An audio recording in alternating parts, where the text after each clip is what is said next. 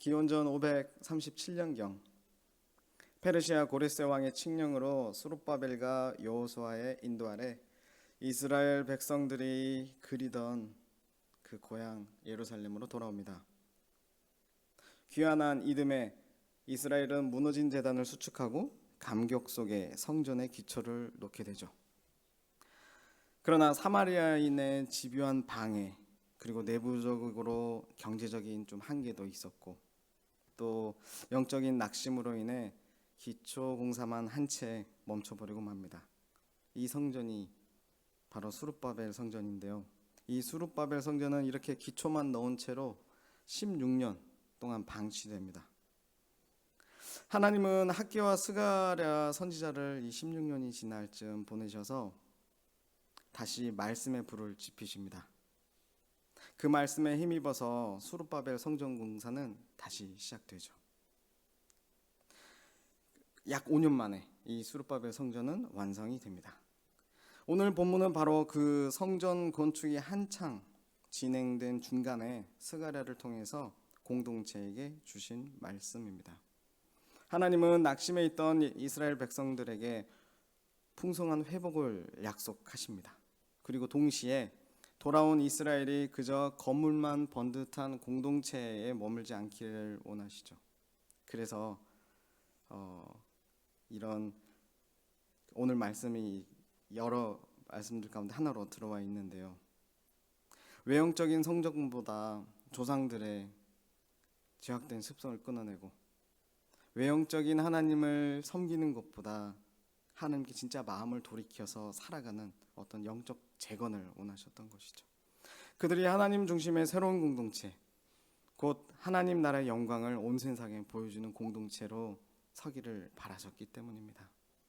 하나님은 다시 세워질 공동체의 중심에 하나님의 거룩한 기준이 새겨지길 바라셨고, 자신의 백성들을 통해서 이 깨어진 땅에 하나님의 통치를 보이고 싶으셨습니다. 그래서 선지자를 통해 이렇게 외치십니다.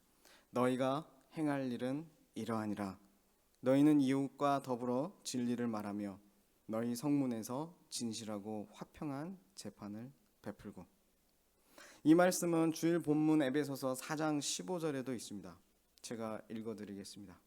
오직 사랑 안에서 참된 것을 하여. 여기서 참된 것을 하다는 뜻은 말하다라는 말입니다. 그리고 같은 장 에베소서 4장 25절에도 이어집니다. 70인역으로 보면 완전 단어까지 거의 똑같거든요. 에베소서 4장 25절에는 이렇게 이어지죠. 그런즉 거짓을 버리고 각각 그 이웃과 더불어 참된 것을 말하라. 에베소서 말씀은 그렇게 행해야 할 이유를 방금 읽은 그 각 구절의 하반절에서 다음과 같이 설명합니다. 15절은 진리를 말하며 머리 대신 예수님의 몸으로 자라나기 위함이고, 자라가기 위함이고, 25절은 이는 우리가 서로 지체이기 때문이라고 말씀하고 있습니다. 서로 지체가 됨이라는 말씀을 영어로 읽으면 더 와닿는데요. 이렇게 얘기합니다. We are all members of one body. 즉 우리 하나님 나라 공동체는 모두 한 몸의 지체들이기 때문에 거짓을 버리고 참된 것을 말해야 한다는 것입니다. 왜냐하면 우리 하나님은 거짓이 없으시고 공의로우신 분이시기 때문입니다. 하나님은 우리가 공동체 안에서 진리를 말하고 화평을 이룸으로써 이 깨어진 세상 속에 살아계신 삼위 하나님의 완전한 연합, 그 하나됨의 영광을 드러내기를 원하십니다. 성부, 성자, 성령 하나님께서 완벽한 진리와 영원한 사랑으로 온전한 화평의 연합을 이루고 계시듯이 그분의 몸된 교회 역시 그 연합의 신비를 세상에 나타내기를 원하시는 것이죠. 그리고 우리 또한, 사람 또한, 인간 또한 하나님과 그 온전한 연합을 이루기를 바라시는 것이죠. 흔히 교리를 배울 때 보시는 도식인데 여러분 기억나시는지 모르겠어요. 삼위일체 하나님을 설명할 때 쓰는 삼각형입니다. 혹시 한 번쯤은 보신 적 있잖아요. 그렇죠? 성부 하나님, 성자 예수님, 성령 하나님. 성자 예수님 오른쪽 모서리 이쪽에 성자 예수님이 이렇게 우리가 썼다고 치면 동그라미를 보통 쓰잖아요. 동그라미, 도매, 그래서 삼각형. 이 동그라미 이 세모 가운데 그러면 예수님을 머리로 하는 몸된 교회는 어떻게 그려놔야 될까 했을 때, 사람 몸을 그린다고 생각하세요. 동그라미가 예수님의 머리라고 생각하면, 그러면 교회는 어디에 그려야 할까요? 교회는 예수 그리스도와 연합된 하나님 나라 공동체입니다. 어디에 그려야 되겠냐면, 예수님의 머리가 여기 있으니까 몸을 이쪽으로 하면 가운데 쪽으로 그려가지고, 이렇게 사람이 화장실에 가면 이렇게 있잖아요. 동그란 머리 있고 사람 이렇게 그려져 있잖아요. 그런 것처럼 예수님을 머리로 이 삼각형 안에 안식을 누리고 있는 몸을 그리면 되지 않을까 싶습니다. 이건 신학적으로 검증된 것이 아니라 명 목사의 개인적 도식임을 말씀드립니다. 그러나 오늘 말씀을 나누는 가운데 삼위 하나님과 교회의 모습을 상상하시면서 이 도식을 생각하시면서 들으시면 큰 유익이 있을 것입니다. 다시 돌아와서 오늘 말씀 앞에 우리의 질문은 이것입니다. 그렇다면 오늘 스가랴를 통해 명령하신 이 말씀을 우리는 어떻게 삶에 담아낼 수 있을까입니다. 먼저 말씀을 더 봐야겠죠. 다시 본문을 보겠습니다. 스가랴 8장에서 하나님은 이스라엘 백성에게 성전 건축이라는 눈에 보이는 눈앞의 건물에만 몰두하라고 하지 않으셨습니다.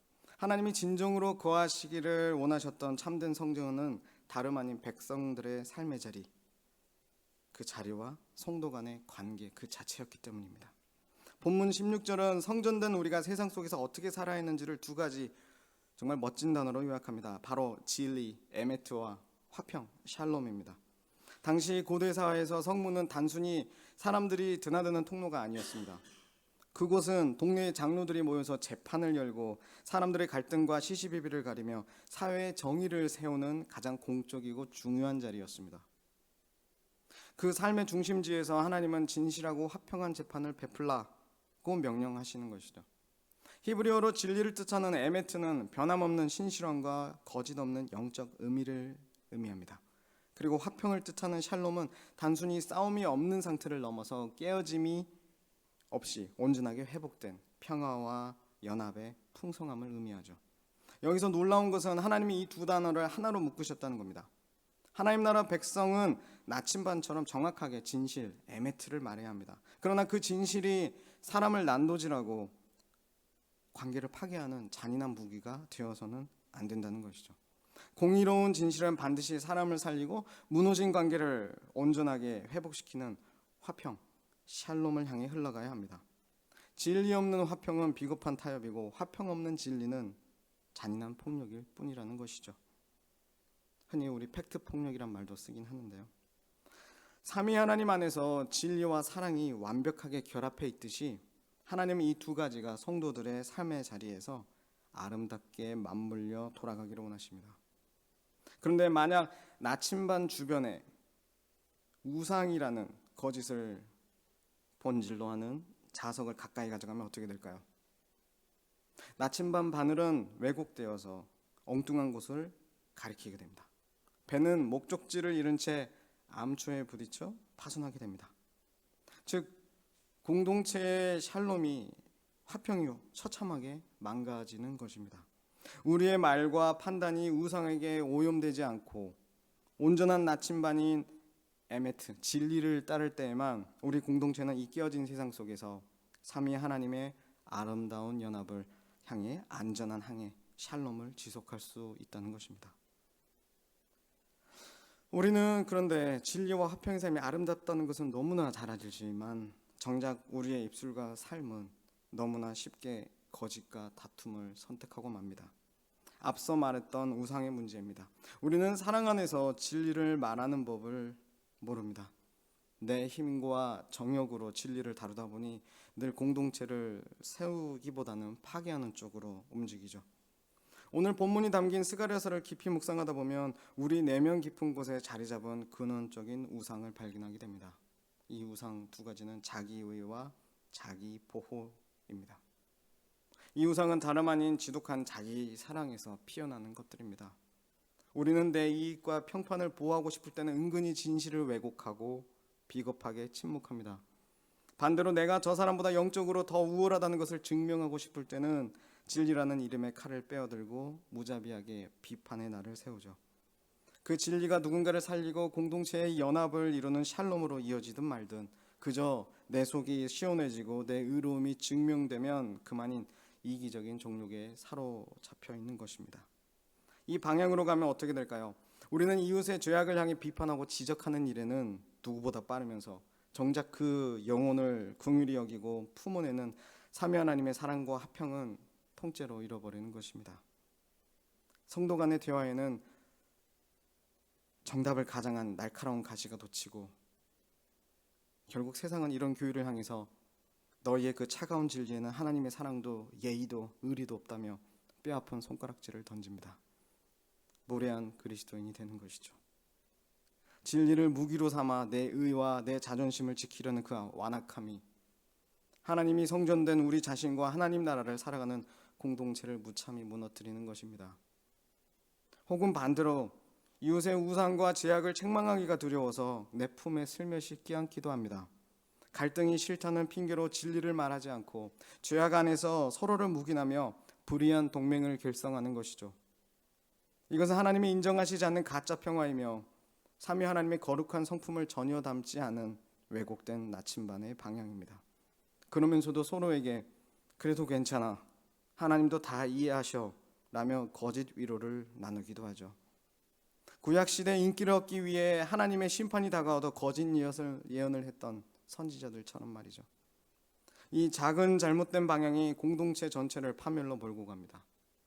왜냐하면 우리 모두는 그리스도 안에서 한 몸으로 엮여 있기 때문입니다. 여러분, 옷감을 만드는 직조 과정을 생각해 보십시오.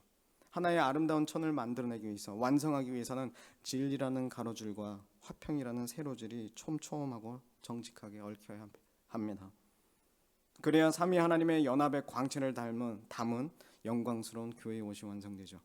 그런데 한 직조공이 자기 이익과 평판을 지키겠다고 자기 구역의 실을 몰래 빼돌리거나 느슨하게 짜버리면 그 한 사람의 욕심 때문에 옷감 전체의 결이 틀어지고 결국 올이 풀려 쓸모없는 천이 되고 말아버립니다.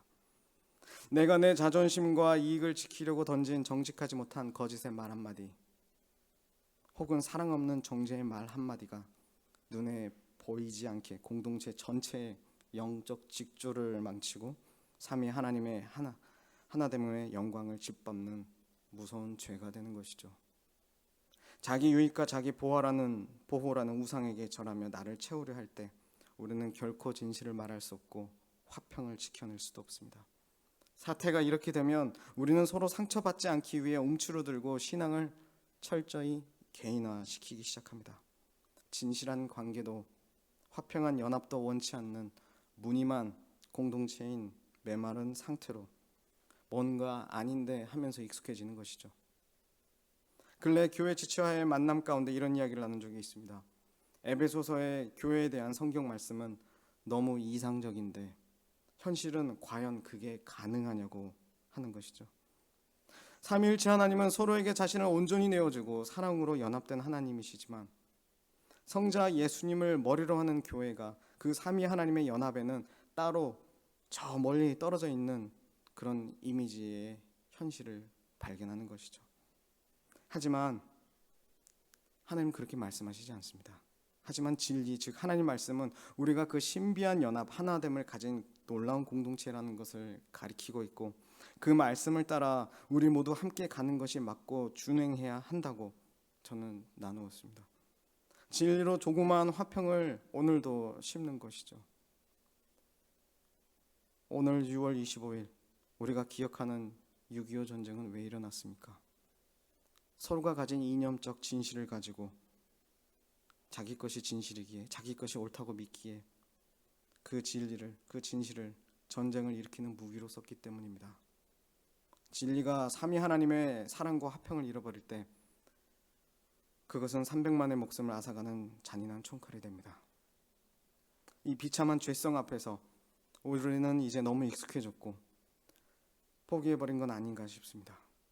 내 힘으로는 이 입술의 거짓과 이기심을 제어할 수 없고 깨어진 연합을 봉합할 능력이 없기 때문에 우리는 절망하는 것이죠. 진리를 말하라, 화평을 이루라는 율법의 요구는 사랑이 메마른 우리에게 무거운 정죄와 짐으로 다가올 뿐입니다. 그래도 여기 계신 분들이라면 모두 여러 번 애써 보셨을 것입니다. 그랬기에 알죠. 우리의 결단과 의지만으로는 안 된다는 것을요. 그래서 우리에게 이전보다 더 진리의 영이시며 하나 되게 하시는 성령님이 필요합니다. 오늘도 말씀을 통해 우리가 그리스도의 몸으로 연합되었다는 것을 깨닫게 해주시고 진리의 말씀에 회개하고 순종으로 살아갈 믿음을 주실 것입니다. 오늘의 복음을 붙들게 해주실 것입니다. 이제 하나님 나라 복음이신 그리스도를 바라보길 원합니다. 예수님은 본질상 거짓이 없으신 진리 그 자체이셨습니다. 성부와 성령 하나님과 영원토록 완전한 사랑의 연합을 누리신 분이시죠. 그러나 그분은 하나님과 원수되어 영원히 분열과 다툼 속에 살아갈 수밖에 없던 우리를 삼위 하나님의 영원한 화평 안으로 초대하시기 위해서 자기 육체를 찢어 막힌 담을 허무시는 우리의 화평이 되어주셨습니다. 공의로운 성문 재판석에 앉아 우리의 사랑 없음과 거짓을 심판하셔야 할 마땅했던 그분이 도리어 빌라도의 참으로 불의한 재판석에서 피고인으로 서셨습니다. 수많은 거짓 증언과 왜곡된 말들이 죄 없으신 예수님을 무섭게 공격했지만 그분은 자기 보호나 자기 증명을 위해 단 한마디의 변명이나 거짓을 구하지 않으시고 묵묵히 십자가의 길을 걸으셨습니다. 왜 그러셨나요? 우리가 진리라는 이름으로 내뱉은 온갖 차가운 정죄의 말들, 그리고 내 이익을 위해, 나를 보호하기 위해 형제와 공동체의 연합을 짓밟았던 잔인한 죄의 대가를 친히 짊어지시기 위함이었습니다. 십자가는 하나님의 엄중한 공의와 진리가 만족함과 동시에 죄인을 향한 하나님의 풍성한 자비의 화평이 성취된 거룩한 장소입니다. 시편의 말씀대로 인애와 진리가 같이 만나고 의와 화평이 서로 입맞춘 유일한 곳입니다. 예수님은 친히 진리의 제물이 되셔서 깨어지고 찢겨 있던 우리에게 삼위 하나님의 영원한 화평을 선물해 주셨습니다. 건축에서 수직 기둥이 똑바로 서지 않으면 건물은 무너지고 수평 지지대가 맞물리지 않으면 공간이 형성되지 않습니다. 십자가는 하나님의 완전하신 공의의 기준을 똑바로 세우신 수직의 진리이며 동시에 그 피로 하나님과 우리 그리고 사람 사이를 품어 안으신 수평의 화평입니다. 예수님의 십자가 안에서만 비로소 진리와 화평이 모순 없이 완벽하게 하나로 만나지는 것이죠. 우리 주 예수 그리스도께서 친히 우리 NRPC 교회의 머리가 되어주셔서 우리를 삼위의 하나님의 완전한 연합 안으로 묶어주셨다는 사실을 기억하길 원합니다. 그리고 이것이 복음의 위대한 능력입니다. 그래서 오늘도 우리는 날마다 매일매일 같이 우리는 오늘도 복음이 필요합니다. 말씀을 맺겠습니다. 과거 이스라엘 백성들은 예루살렘 성전이라는 화려한 돌 건물을 완공하면 많은 문제가 해결될 줄 알았습니다. 그러나 하나님은 건물의 외형보다 그 성전 안에서 살아갈 백성들의 대화와 관계가 진리와 화평으로 채워지길 바라셨습니다. 그걸 더 원하셨습니다. 그것이 진짜 삼위 하나님의 영광을 세상에 보여주는 방법이기 때문입니다. 그러나 하나님의 참된 성전 그리스도의 몸으로 오늘날이죠. 오늘날 우리도 마찬가지입니다. 하나님의 참된 성전이 되어가는 것입니다. 그리스도의 몸으로 부름받은 우리 NRPC 공동체 역시 마찬가지입니다. 우리의 신앙은 예배당 안에서만 끝나고 여기서만 활동하는 곳으로 끝나지 않습니다. 우리가 마주하는 삶의 성문인 가정과 직장 그리고 성도 간의 매일의 대화 속에서 우리가 삼위 하나님의 연합에 속한 자들임을 증명되어야 합니다. 기억하십시오. 우리가 이 예수 그리스도의 십자가 사랑으로 날마다 채워지지 않으면 우리는 내가 가진 진실과 정답을 화평이 아닌 전쟁을 일으키는 무기로 사용하게 됩니다. 내 안에 내 안이 우리의 마음이 사랑으로 하나님의 그 사랑으로 굶주려 있으면 남을 지적해서라도 내 의로움을 증명하려 들기 때문입니다. 그러므로 우리는 이 십자가 사랑에 먼저 흠뻑 젖어야 합니다. 삼위 하나님이 공유하시는 그 마르지 않는 사랑을 먼저 공급받은 공동체만이 나를 찌르고 분열시키는 세상을 향해 다시 온전한 연합의 사랑을 흘려보낼 수 있습니다. 원래 세상은 이렇지 않다라고 보여줄 수 있는 것입니다. 하나님의 그 위대하고 놀라운 계획이 무엇인지 보여줄 수 있는 것입니다. 예수님께서 산상수훈을 통해서 화평하게 하는 자는 복이 있나니 그들이 하나님의 아들이라 일컬음을 받으리라고 말씀하신 이유가 여기 있습니다. 하나님 나라에서 진짜 복 있는 사람은 내 자존심과 의를 증명하는 자가 아닙니다. 그리스도의 사랑을 힘입어 깨어진 세상 속에 교회의 하나됨을 심는 것을 기뻐하는 자입니다. 어쩌면 우리는 세상 속에서 그리고 교회 안에서 끝도 없이 내 자존심을 꺾고 끝도 없이 용서하며 화평을 흘려보내야 할지 모릅니다. 울면서 뿌리고 울면서 심어야 하죠. 근데요, 우리는 분명히 알죠. 끝이 있습니다. 예수님이 오신다는 것입니다.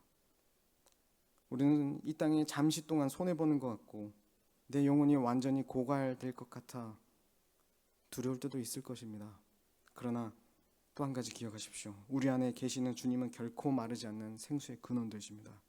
예수님은 내 안에서 솟구쳐 오르는 생수의 강처럼 끝없이 신선한 삼위 하나님의 사랑을 내 안에 채우실 수 있는 분입니다. 내 영혼의 갈증 때문에 매번 이리저리 기웃거리며 자기 보호와 자기 이익이라는 우상에 목말라 하던 우리를 영원히 만족해 하실 수 있는 유일한 분이 바로 우리 주님이십니다. 오늘 주님은 저와 여러분을 바로 이 영광스러운 하나님 나라 공동체로 세우는 자리로 부르십니다. 너의 힘으로 화평을 짜내라고 다그치시는 것이 아니라 내 사랑의 강물에 너희 공동체를 너를 통째로 담그라고 초청하시는 것이죠. 죽음의 나라에 살던 우리를 마치 통째로 분갈이하듯이 생명의 나라 하나님 나라로 심으신 것입니다. 이 아침 우리를 끝없이 채우시는 그리스도로 만족함을 얻길 원합니다. 우리 한 사람 한 사람이 포도나무이신 예수 그리스도께 딱 달라붙어 있어서 열매 맺고 그 풍성함을 서로 나누고 그 영양분으로 서로 자라나기를 원합니다. 그리하여 우리가 딛는 모든 삶의 자리마다 진리와 화평을 담대히 흘려보냄으로써 거짓과 부준으로 깨어진 이 세상 속에 삼위 하나님의 완전한 사랑과 연합, 그 영광을 찬란히 드러내는 하나님 나라 공동체가 되기를 이 아침 간절히 기도하고 우리 흩어졌으면 합니다. 기도로 나아가시겠습니다.